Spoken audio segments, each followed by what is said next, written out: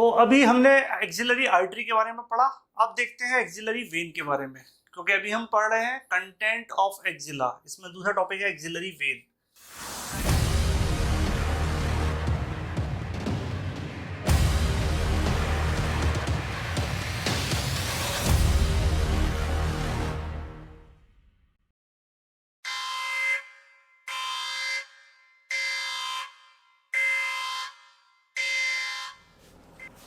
The axillary when is continuation of basilic vein.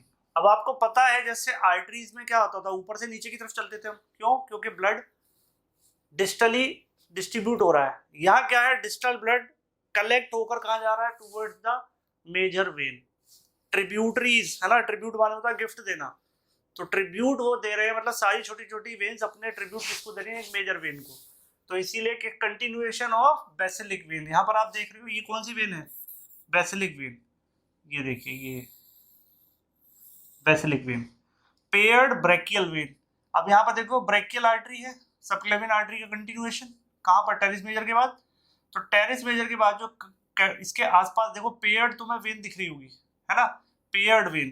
Paired veins को हम क्या बोलते हैं? पेयर्ड वेन को एक पर्टिकुलर नाम दिया गया है, वेना कॉमिटेंटस। कॉमिटेंटस, वेना कॉमिटेंटस, यानी ऐसी वेन जो छोटी आर्टरीज के बराबर में चलती हैं, पैरेलल मतलब डबल होती है, पेयर्ड वेन होती है वो, उनको बोलते हैं वेना कॉमिटेंट। ठीक है, तो यहाँ पे axillary vein is form by union of basilic vein, and vena कॉमिटेंट्स of brachial artery. तो ब्रेकियल आर्टरी के आसपास चलने वाली ब्रेकियल वेन्स हैं, तो इनको क्या बोलते हैं? Venae comitantes. A little above the lower border of teres major muscle. तो यहाँ पर टेरिस मेजर मसल है ये, इसके बॉर्डर के पास। It runs upward along the medial side of axillary artery, and ends at the outer border of first rib. It becomes the subclavian vein. तो axillary vein आगे जाके क्या बन जाती है? Subclavian vein. यहाँ पर आप देख सकते हो ये, यही एक्सिलरी वेन आगे जाके फर्स्ट रिब के बॉर्डर पे जाके क्या बन गई? ये है फर्स्ट रिब का बॉर्डर, है ना। यहां पर जाके इसका नाम क्या हो गया? Subclavian vein. क्लियर? यहां तक जुड़ने तक इसका नाम क्या है? Axillary vein. ये पॉइंट याद रखना है। ट्रिब्यूटरीज देखते हैं इसकी कौन कौन है। Tributaries, in addition to the tributaries corresponding to the branches of axillary artery, it receives the cephalic vein in upper part. Clear है? In addition to the tributaries corresponding to the branches of axillary artery corresponding to the brachial artery, it receives the cephalic vein in its upper part. Cephalic vein, ये देखिए ये एक superficial दिख रही है, ये सारी जो वेना कॉमिटेंट है ये तो है ही है, पैरेलल जो चल रही है दो के सेट में। इसके अलावा और कौन सी जाएगी? सेफेलिक वेन इसकी मेन ट्रिब्यूटरी है। There is no or very thin axillary sheath around the vein, which is free to expand during time of increased blood flow or venous return. तो यहाँ पर ये पॉइंट अच्छा लिखा हुआ है कि एक्सिलरी शीथ नहीं होती किसके पास? एक्सिलरी वेन के पास। हमने स्टार्टिंग में पढ़ा भी था कि वो पूरा एक्सिलरी शीथ बताया था, उसमें लिखा हुआ था उन्होंने कि इस कंटेंट में नर्व और आर्टरीज जाएंगी और वेन्स जाएगी, लेकिन यहाँ मेंशन है वेरी थिन और नो। तो डिपेंड करता है, कुछ बुक्स मानती हैं कि होती है, बहुत मामूली सी थिन लेयर होती है, कुछ कहती है नहीं होती। तो इस कंट्रोवर्सी में अपन को नहीं पढ़ना। ठीक है, नेक्स्ट, क्लिनिकल रिलेवेंस क्या है वेन्स की, है ना। यहाँ पर वेन की क्लिनिकल रिलेवेंस क्या है? वेनिपंक्चर, यानी जब हम ब्लड के लिए यूज करते हैं ज्यादातर किसको? वेन्स को। तो venipuncture is the practice of obtaining intravenous access, यानी वेन्स के अंदर इंट्रावेनस एक्सेस, उसके अंदर जाने के लिए हम वेनिपंक्चर करते हैं। This is usually for the purpose of providing intravenous therapy. कोई भी इंट्रावेनस थेरेपी देनी हो, जैसे फ्लूइड चढ़ाना हो पेशेंट को, कोई दवा देनी हो, मेडिकेशन, इंजेक्शन, और obtaining blood for the sample, और ब्लड सैंपल निकालना हो। The medial cubital when is the most common site for venipuncture. ये है मीडियल क्यूबाइटल वेन, ये है क्यूबाइटल रीजन आपका ट्रायंगुलर। ठीक है, यहाँ पर ये जो वेन है इसको बोलते हैं मीडियल क्यूबाइटल वेन। यहाँ पर ज्यादातर कभी ना कभी आपके भी यहाँ से ब्लड लिया होगा तो ये वेन में ही पंक्चर करते हैं, मीडियल क्यूबाइटल वेन में। It is superficial vein that is located anteriorly to the cubital fossa region. इस रीजन को, एल्बो के ट्रायंगुलर एरिया को जहाँ डिप्रेशन होता है, इसको बोलते हैं cubital fossa. It is thought to be fixed in place by perforating veins which arises from the deep venous system and pierce the bicipital aponeurosis. Its ease of access, fixed position and superficial position makes the medial cubital vein a good site for venipuncture in many individual. इसकी location की वजह से, है ना, इसकी position की fix होती है, इसकी लोकेशन सुपरफिशियल है, इस वजह से ये चॉइस, प्राइमरी चॉइस रहती है at the time of giving intravenous fluid, medication और ड्रॉ द ब्लड। इन तीनों कंडीशंस के लिए मेन कौन सी है हमारी, मीडियल क्यूबाइटल वेन। कहाँ पर, क्यूबाइटल फोसा में। तो ये है वेन्स के रिगार्डिंग बात। तो अब शुरू करते हैं हम अपना अगला टॉपिक। कंटेंट ऑफ एक्जिला में हमारे दो टॉपिक हो चुके हैं, एक्सिलरी आर्टरी हो गया है, एक्सिलरी वेन हो गया है। अब बात करते हैं एक्सिलरी लिम्फ नोड की, और उसके बाद अपना लास्ट पोर्शन होगा ब्रैकियल प्लेक्सिस। तो टोटल 4 ही हमें पढ़ने थे। चलिए, एक्सिलरी नोड की अगर मैं बात करूं तो एक्सिलरी लिम्फ नोड बेसिकली 5 होती है। ठीक है, यहां पर साफ लिखा है the axillary lymph nodes are scattered in the fibrofatty tissue of the axilla. जो आपको पता है, स्किन के नीचे सुपरफिशियल फेशिया होगा और उसके नीचे फैट होगा इस एरिया में, इस गैप को फिल करने के लिए। ठीक है, उसी में स्कैटर्ड रहेंगी क्या, अपनी lymph node. Their number varies between 20 to 30। कितने नंबर में होती है, 20 to 30। लेकिन इन 20 to 30 को ग्रुपिंग कर दिया गया कितने ग्रुप में, 5 ग्रुप में। कितने ग्रुप में, 5 ग्रुप में। ये पॉइंट याद रखना है, 20 to 30 होती है टोटल, और ये 5 ग्रुप में होती है। कौन कौन से, किसके आसपास होती है, कौन सी वेन है, एक्सिलरी वेन इसमें सेंटर माना जाता है, जिसके आसपास इसका रिलेशन देखते हैं। ठीक है, और कौन सी मसल है ये, पेक्टोरलिस मेजर। तो पहले तो बाउंड्री तय कर लेनी चाहिए हमको पढ़ने से पहले कि क्या क्या मेन इस एरिया में जगह पड़ती है। दूसरी मसल टेरिस मेजर। तो ये 3 एक तरीके से एरिया है जो डिवाइड कर रहे हैं इस पूरे एरिया को, जहां पर लिम्फ नोड को हमें पढ़ना है।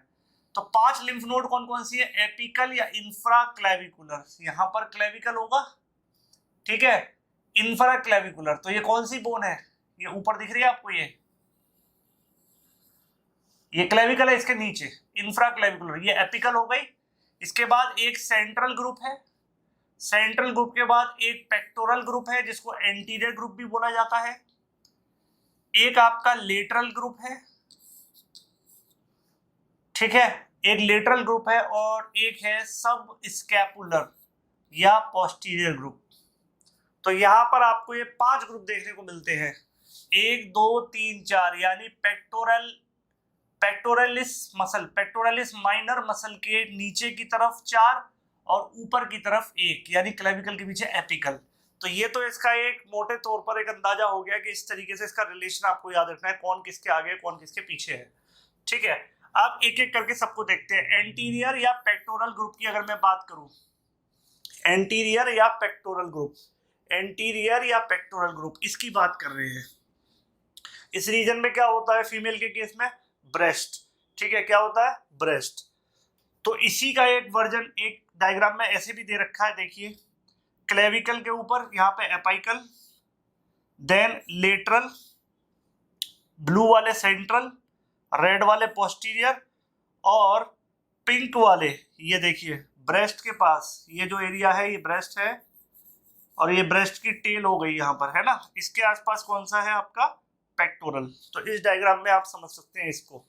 तो यहाँ पे पहला कौन सा है, एंटीरियर और पेक्टोरल ग्रुप। कितने हैं, 3 to 5 नोड्स होती हैं यहाँ पर, 3 to 5 नोड्स होती हैं, located in the medial wall of axilla. तो एक्सिला के मीडियल वॉल इधर ही पड़ेगी। They lie along the lateral thoracic vein at the lower border of pectoralis minor. Lateral thoracic nerve, ये आ रही है lateral thoracic vein, not nerve, sorry, lateral thoracic nerve, और पेक्टोरलिस माइनर के लोअर बॉर्डर के पास ही तो सिचुएटेड है ना आपके पेक्टोरल वाला, समझ आ रहा है। तो साफ साफ लिखा है यहाँ पर, they receive lymph primarily from anterior thoracic wall, upper half of the trunk anteriorly and from the major part of the breast. तो इसमें मेन क्या याद रखना है, ब्रेस्ट। ये हमने ब्रेस्ट वाले कंसेप्ट में भी पढ़े थे सेम, लेकिन दोबारा पढ़ रहे हैं यहाँ क्योंकि यहाँ पर और भी एक दो पॉइंट इसके अंदर ऐड हो गए हैं। The axillary tail of Spence, axillary tail of Spence, ये axillary tail of Spence is actual contact with these lymph node. साफ साफ दिख रहा है, ये देखो पर्पल कलर यहाँ पे दिख रहा है, ये है टेल ऑफ स्पेंस। इसके आसपास कौन से मिलेंगे यहाँ पे, एक्चुअल कॉन्टेक्ट में कौन रहेगा, ये। Therefore, cancer involving axillary tail of breast may misdiagnosed as enlarged lymph node। कई बार हम सोचते हैं कि कोई और इन्फेक्शन है और ये जो लिम्फ नोड है ये एनलार्ज हो जाती है, ठीक है, लेकिन हम कौन से डायग्नोसिस को सरपास कर देते हैं कि कैंसर भी हो सकता है ब्रेस्ट का, जिसकी वजह से ये एनलार्ज हुई है, लेकिन हम इसको कई बार मिस डायग्नोस्ड कर देते हैं। तो इसे मिस डायग्नोसिस किस वजह से होता है, एनलार्ज लिम्फ नोड को हम मानते हैं कि यहाँ पर कोई और इन्फेक्शन है, जबकि होता क्या है, ब्रेस्ट कैंसर। ठीक, तो एंटीरियर ग्रुप किस लिए जरूरी है, रिलेटेड टू ब्रेस्ट। पोस्टीरियर और सब स्कैपुलर ग्रुप, 6 to 7 होते हैं, located along the posterior axillary fold. कहां पर होगा, पोस्टीरियर एक्सिलरी फोल्ड, ये रेड वाले दिख रहे हैं आपको, ये रेड वाले, ठीक है, along the subscapular vein and subscapular blood vessels। तो subscapular vein और blood vessel के आसपास होते हैं। They receive lymph from the posterior thoracic wall, जबकि वो pectoral वाला कहाँ से ले रहा था, anterior thoracic wall से, and scapular region upper half of the trunk posteriorly and from axillary tail of breast। तो breast से अलावा axillary tail से कौन और अटैच रहता है, आपका posterior वाला भी थोड़ा बहुत अटैच रहता है। लेटरल ग्रुप कितनी है, 4 to 6 नोड्स होती हैं। लेटरल ग्रुप में कितनी है, ये है लेटरल ग्रुप, ये ग्रीन वाली, ठीक है। Located in the lateral wall of axilla posterior to the axillary vein, posterior to the axillary vein, यहाँ पर दिख रहा है आपको लेटरल ग्रुप, ये और ये एक्सिलरी वेन आ रही है। इसके रिलेशन में मैंने बोला था, इसलिए याद रखना जरूरी है। They lie along the upper part of the humerus in relation to axillary vein. They receive most of the lymph drained from the upper limb. They drain the lymph from upper limb। तो lateral या humoral वाला ये जो है green वाले, ये पूरे हमारे हैंड के जितने भी लिम्फेटिक्स हैं, ये कहाँ जाके अपना लिम्फ देते हैं, इन वाले नोड्स से पास होकर जाएगा, ठीक है, लेटरल वालों से। फिर उसके बाद कौन सा, central, 3 to 4 nodes located near the base of axilla. देखो सब कुछ एक्सिला है, ये लेटरल वॉल में है एक्सिला के, ये पोस्टीरियर एक्सिलरी फोल्ड पर है, ये बेस ऑफ एक्सिला में है। तो ये लोकेशन इस तरीके से आपको याद होनी चाहिए। Close to the second part of axillary artery, they receive lymph from the other groups and drain into the apical group, ठीक है। और ये सेंट्रल वाली कौन सी, ब्लू, ये बाकी जो बचा कुचा है उस सारे लिम्फ को लेकर किसको देते हैं, एपिकल वाले को। The intercostobrachial nerve pass amongst these nodes. Therefore, enlargement of these nodes, such as in cancer, may compress the nerve, causing pain in the area of distribution of this nerve. यानी along the inner border of the arm, जो हमारी arm है इसका जो inner border है वहां पर ये सप्लाई देती है, कौन सी नर्व, इंटरकोस्टोब्रेकियल नर्व। तो जब ये एनलार्ज होंगी तो ये कंप्रेशन करेंगी इस एरिया में, तो ये नर्व जब कंप्रेस होगी तो उसका जो इफेक्ट है कहाँ दिखने को मिलेगा, जहां ये सप्लाई कर रहा है, inner border of the arm. They receive lymph via efferent vessels from the pectoral, subscapular and humeral axillary lymph node groups, ठीक है। तो देखिए सेंट्रल है, तो सेंट्रल का किधर कौन अपना दे रहा है, यहाँ पेक्टोरल भी दे रहा है, ठीक है, लेटरल भी दे रहा है और सबस्कैपुलर यानी पोस्टीरियर, तीनों चारों ग्रुप इस सेंटर को अपना लिम्फ देते हैं। और सेंटर फाइनली किसको देता है, एपिकल को। इस तरीके से याद रखना है, एपिकल ये पोर्शन, ठीक है, जस्ट बिहाइंड द क्लेविकल या इंफ्रा क्लेविकुलर ग्रुप भी बोलते हैं इसको। These nodes are situated deep to the clavipectoral fascia। जाहिर सी बात है क्लेविकल के जस्ट नीचे क्या होता है, clavipectoral fascia। The apex of the axilla along the axillary vein and the first part of the axillary artery, और we can say axillary vessel। तो ये कहाँ मिलेंगे, किसके आसपास, एक्सिलरी वेसल्स। एक्सिलरी वेसल्स में कौन कौन आएगा? एक्सिलरी वेन और एक्सिलरी आर्टरी। तो आर्टरी का कौन सा पार्ट आएगा यहाँ पर? फर्स्ट पार्ट आएगा ना, क्लेविकल से पहले वाला, ठीक है, क्योंकि उसका रिलेशन किससे देखते थे हम? फर्स्ट रिब से। They are the great clinical importance because they receive lymph directly from the upper part of the breast and indirectly from the rest of the breast through central group of nodes. देखो यहाँ पर directly कहाँ से मिलता है? Directly तो breast के upper part से ये अपनी सप्लाई लेता ही है डायरेक्टली, और इनडायरेक्टली बाकी कहाँ से घूम कर आता है? Through central. तो इसलिए ये बहुत इंपॉर्टेंट है। They receive lymph from the efferent vessels of central axillary lymph nodes. Therefore, from all axillary lymph node, central में बाकी सब आ रहे हैं, लेटरल आ रहा है, पोस्टीरियर आ रहा है और पेक्टोरल यानी एंटीरियर आ रहा है। इसीलिए बाकी सब के सब सेंट्रल के थ्रू एपिकल से जुड़े हुए हैं। The apical axillary node also receive lymph from those lymphatic vessels accompanying the cephalic vein. Even cephalic vein के आसपास वाली भी जो लिम्फ नोड होंगी वो इसी को अपना लिम्फ देंगे। They drain into the subclavian lymph trunk. अब ये फाइनल लिम्फ आपको पता है कहाँ मिल जाता है? लिम्फ फाइनली जाके किस में? वेन में मिल जाता है, सबक्लेवियन वेन में। और फाइनली किस में पहुंचता है? फाइनली किस में पहुंचता है? Superior vena cava, inferior vena cava, ठीक है। तो they drain into subclavian lymph trunk on the right side and into the thoracic duct on the left side. यहां पर पॉइंट है, ये याद रखना है क्या कि जो राइट साइड है वो डायरेक्टली पूरा लिम्फ कहां पहुंच जाएगा? एपिकल से। एपिकल किसको दे देगी? सबक्लेवियन को। किसको? सबक्लेवियन ट्रंक को। जबकि लेफ्ट कहां जाएगा? थोरेसिक डक्ट में। The efferent vessel from the apical axillary node travel through the cervicoaxillary canal before converging to form the subclavian lymphatic trunk. है ना? The right subclavian trunk continue to form right lymphatic duct and enters into the right venous angle, or we can say the junction of the internal jugular and subclavian vein directly.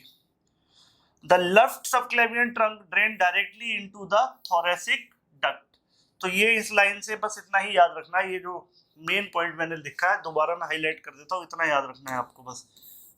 ये drain into subclavian lymph trunk on right side and thoracic duct in the left side. तो जब हम veins पढ़ेंगे तब हमें veins में ये वाला पाथवे समझ में आएगा, अभी डायरेक्ट समझ में नहीं आ सकता। जैसे मैंने आर्टरी के लिए बताया था ना, ठीक है, सिफेलिक आर्च ऑफ एओर्टा से 3 जाते हैं, है ना, common carotid left, right subclavian left, लेकिन ब्रैकियोसेफेलिक ट्रंक, वो सारे जो वर्ड है ना, उसी तरीके से हमें वेन्स का भी पाथवे पढ़ना पड़ेगा, तब ये हमको इतना पोर्शन क्लियर होगा। अभी के लिए सिर्फ इसको नोट कर लो, बाकी अभी जब वेन जब आप पढ़ लोगे तो ये आप इसके बाद इस लाइन के बाद आपको पूरा समझ में आ जाएगा, ठीक है। क्योंकि इसको समझाने के लिए मुझे फिर वेन का पूरा डायग्राम बनाना पड़ेगा, तो वो अभी कोई रिक्वायर्ड नहीं है, क्योंकि हम लिम्फेटिक्स पढ़ रहे हैं, वेन पढ़ेंगे तो ये चीज अपने आप क्लियर हो जाएगी। एक और क्लासिफिकेशन माना जाता है, axillary lymph node are also described in terms of level at which they are situated, ठीक है। लेवल बना दी गई है इसकी। Level 1 node they lie lateral to the lower border of pectoralis minor, ठीक है। यहाँ पे कौन सी मसल है? इस तरीके से कौन सी मसल जाती है? Pectoralis minor. तो पेक्टोरलिस माइनर के लेटरल वाली कौन सी है? Level 1 node. Level 2 node lies deep to the pectoralis minor muscle. Pectoral minus के नीचे वाली कौन सी है? Level 2। Level 3 nodes lie medial to the upper border of pectoralis minor muscle. और इस एरिया में यानी एपिकल वाली कौन सी है? पेक्टोरलिस माइनर के मीडियल साइड में। पेक्टोरलिस माइनर के नीचे, पेक्टोरल के लेटरली और मीडियली, तो 3 लेवल हो गए। The lymph node first receive the lymph from the area of breast involved in cancer are termed as sentinel lymph node. तो ब्रेस्ट कैंसर के केस में जो लिम्फ नोड इन्वॉल्व रहेंगी उनको हम क्या बोलते हैं? Sentinel lymph node. These are usually the level 1 lymph node. Level 1 lymph node कौन सी है? Lateral to the lower border, ये वाली। क्यों? क्योंकि यहाँ पर क्या होता है? Tail of the breast. समझ आ रही है बात? यहाँ पर क्या देखने को मिलेगा आपको? ये ब्रेस्ट है तो इसकी टेल कहाँ जा रही है? यहाँ।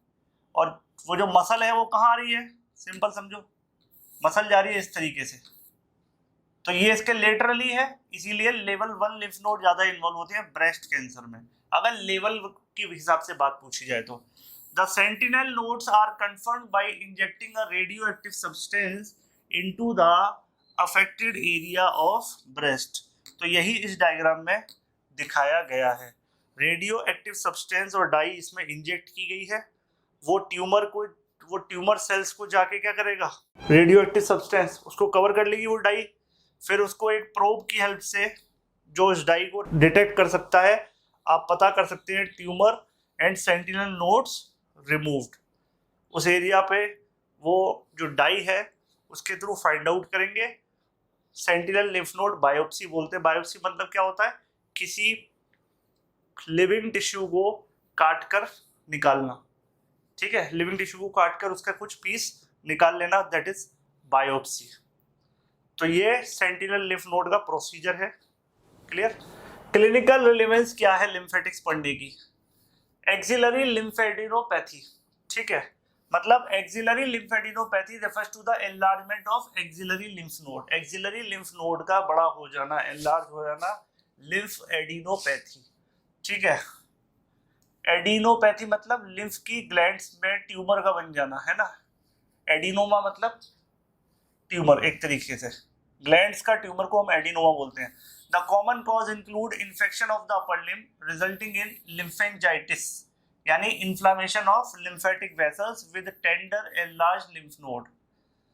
The humoral group of lymph nodes is usually affected first, and red, warm and tender streaks are visible in the skin of upper limb. The infection of the pectoral region and the breast, metastasis of breast cancer. ये तीन condition है जिनमें lymphadenopathy या tumour of lymph glands of axillary region takes place. Infection हो जाए पूरे हाथ पैर में, कहीं भी कोई इन्फेक्शन हो जाए तो सबसे पहले कौन सी आएंगी, क्योंकि ह्यूमरल ग्रुप जो थी, ह्यूमरल ग्रुप कौन सा था, लेटरल वाला, वो सबसे पहले सप्लाई करता था, तो सबसे पहले उसी में रेडनेस, स्वेलिंग, इन्फ्लामेशन आएगा। इसके बाद दूसरा आपको क्लिनिकल रिलेवेंस क्या है, axillary lymph node dissection. The removal and analysis of axillary lymph node is often a vital tool for staging the breast cancer, ठीक है। Interruption of lymphatic drainage from the upper limb can, however, result in the lymphedema, a condition where the accumulated lymph in the subcutaneous tissue leads to painful swelling of upper limb. During this procedure, there is also a risk of damage to either of the long thoracic nerve, the potentially causing a winged scapula. Long thoracic nerve किसको करती थी, सब scapularis को supply करती थी, अगर इसमें cut लग गया तो कौन से विंगिंग ऑफ स्कैपुला हो जाएगा, और द थोरैकोडोर्सल नर्व, तो ये दो नर्व उसके आसपास से निकलती है, तो इनके नाम हमको याद रखने हैं। एक्सिलरी लिम्फ नोड में ये कॉम्प्लिकेशंस आ सकते हैं।